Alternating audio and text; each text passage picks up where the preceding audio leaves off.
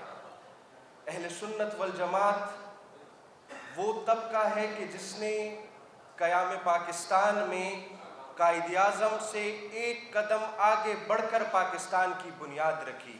الحمدللہ ہمیں اس بات پر فخر ہے کہ اس ملک کی بنیادوں میں اہل سنت والجماعت کا خون شامل ہے، لیکن افسوس کے ساتھ کہنا پڑ رہا ہے کہ وہ اسلامی جمہوریہ پاکستان کہ جس کی بنیاد ہمارے اکابرین نے، قائد اعظم محمد علی جناح نے اسلامی نظام کے لیے رکھی گئی تھی، وہ اسلامی جمہوریہ پاکستان آج مغربی اور ویسٹرن پالیسی کے تحت وہ اس اپنے مقصد سے بہت آگے چل گیا ہے۔ مسئلہ فلسطین کے حوالے سے پوری امت مسلمہ کا جو موقف ہے، وہی موقف پاکستان کے تمام لوگوں کا ہے۔ یہ کیوں ایسے ہوتا ہے کہ ایک ہی ملک میں، ایک ہی صوبہ خیبر پختونخوا میں اگر جماعت اسلامی فلسطین کے لیے اظہار یکجہتی کے لیے نکلتی ہے تو وہ پرامن طریقے سے رہتی ہے، لیکن اگر اہل سنت والجماعت اظہار یکجہتی کے لیے فلسطینی عوام کے ساتھ محبت کے لیے اگر وہ باہر آتے ہیں تو ان پر شیلنگیں کی جاتی ہیں، ان پر فائرنگیں کی جاتی ہیں۔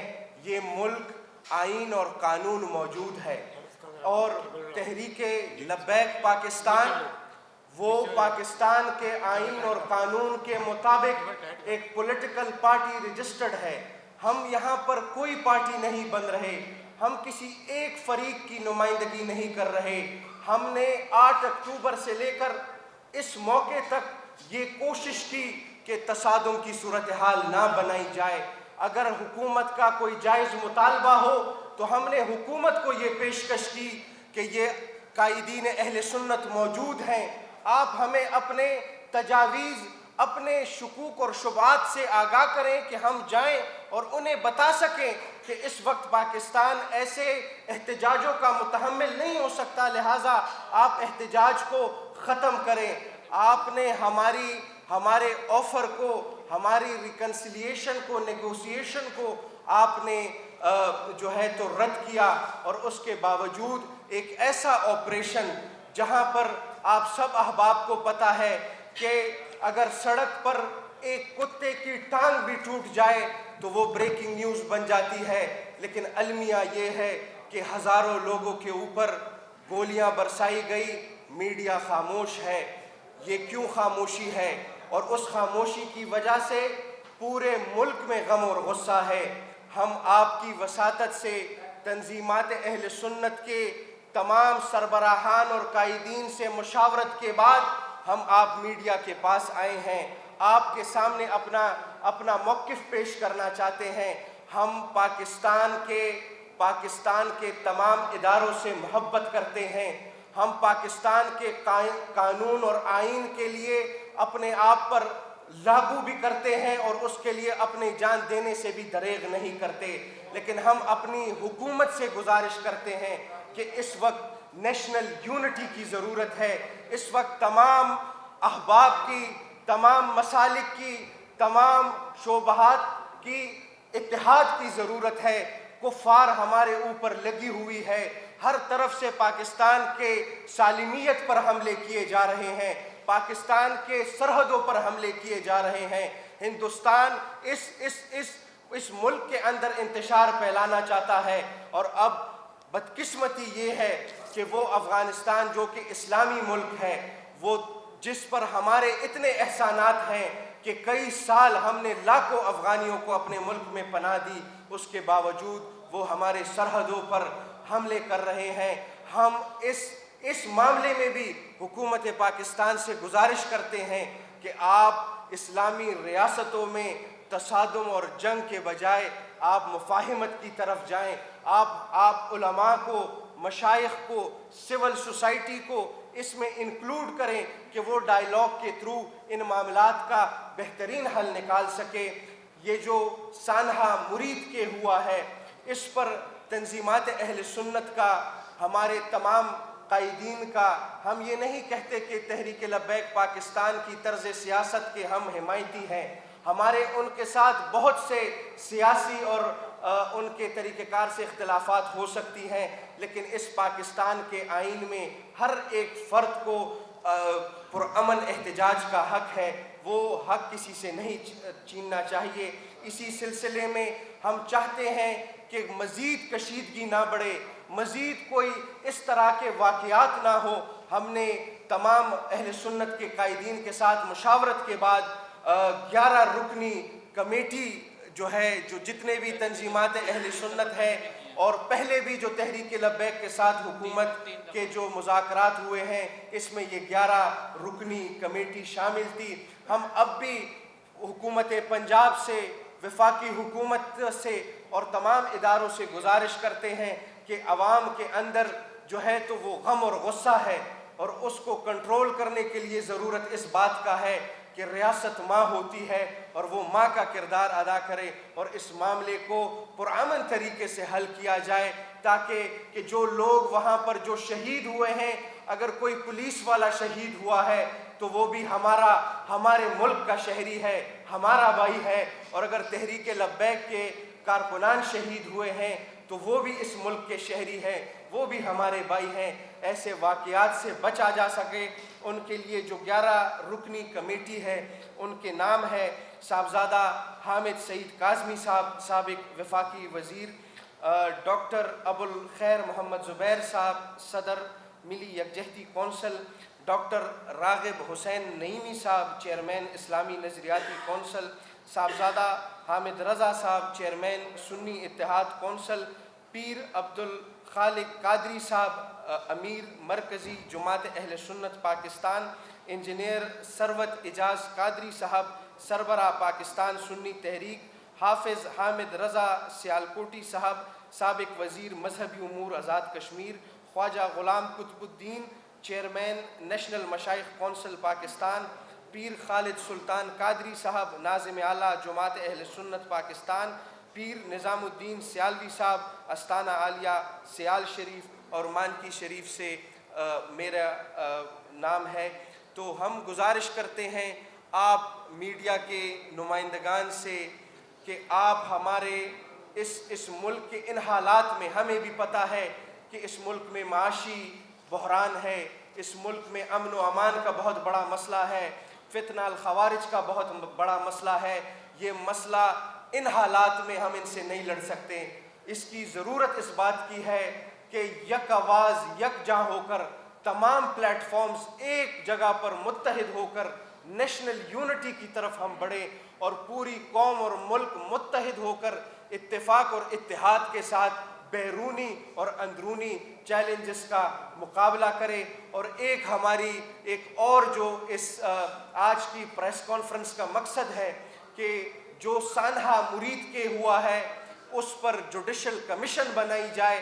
اگر تحریک لبیک پاکستان کے جو قیادت ہے، اگر انہوں نے کوئی جرم کیا ہے تو ان کو عدالت میں پیش کر کے عدالت اس کا فیصلہ کرے، اور اگر کسی شرپسند حکومت کے اندر کسی شرپسند عناصر نے اگر اس معاملے کو پاکستان کے استحکام کو نقصان پہنچانے کے لیے اس واقعے کو کیا ہو تو اس کو بھی جو آئین اور قانون کے مطابق ہے وہ سزا دی جائے۔ اب میں گزارش کروں گا کہ صاحبزادہ حامد سعید کاظمی صاحب، سابق وفاقی وزیر جو ہیں، وہ آپ سے گفتگو کریں۔